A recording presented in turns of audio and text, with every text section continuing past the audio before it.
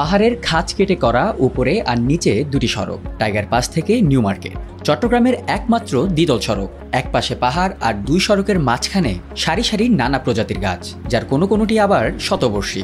শতায়ু এই বৃক্ষশোভা সড়কটিকে করে তুলেছে অনন্য, দিয়েছে ভিন্ন মাত্রা। পথ চলতে চলতে শীতল হাওয়ার পরশ পান যাত্রীরা। এসব গাছপালায় অসংখ্য পাখি আর পোকামাকড়ের আবাস। যেখানে যানবাহনের ধোঁয়া এই শহরকে দূষিত করছে, সেখানে সিআরবিতে শতবর্ষী গাছগুলোই আমাদেরকে বিশুদ্ধ অক্সিজেন সাপ্লাই দিচ্ছে। মূলত অনেকদিন পর বন্ধু বান্ধবদেরকে নিয়ে এখানে আসা, তো এখানে আসলে আসলে মনের একটা আলাদা অনুভূতি কাজ করে। প্রায় 100 বছরেরও অধিক অনেক গাছপালা এখানে আছে, আর জিনিসগুলো আসলে আমাদেরকে অনেকটাই মনোমুগ্ধকর জিনিসগুলো। তথ্য বলছে সিআরবি এলাকায় মোট 223 প্রজাতির উদ্ভিদ রয়েছে। এর মধ্যে বড় বৃক্ষ 88 প্রজাতির, গুল্ম 41 প্রজাতির, বিরুৎ 72 প্রজাতি ও লতা জাতীয় উদ্ভিদ রয়েছে 22 প্রজাতির। ঔষধি উদ্ভিদ পাওয়া গেছে 183 প্রজাতির। গবেষণাধীন 20টি এলাকার মধ্যে এই এলাকায় সবচেয়ে বেশি সংখ্যক 9টি বিপন্ন প্রজাতি রেকর্ড করা হয়েছে। সিআরবি পাহাড়ের দ্বিতল এ সড়কে বিভাজকে শিরীষ, মেহগনি, কৃষ্ণচূড়া, পেয়ারা, ইউক্যালিপটাস সহ বিভিন্ন প্রজাতির গাছ রয়েছে। এইসব গাছের জন্যই সিআরবি এলাকা পরিচিত চট্টগ্রামের ফুসফুস হিসেবে।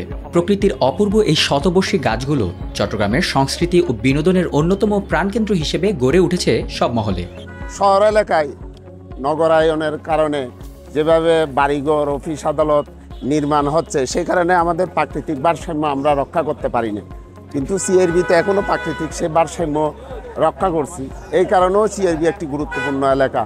শহর এলাকার মানুষ অফিস আদালতে ক্লান্তি শেষে, কাজকর্ম শেষে তারা শান্তির জন্য এই সিআরবিতে আসে।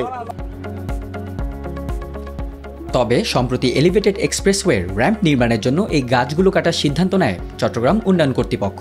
পরবর্তীতে নাগরিক সমাজ ও পরিবেশবিদদের বিরোধিতায় এই সিদ্ধান্ত থেকে সরে আছে সিডিই।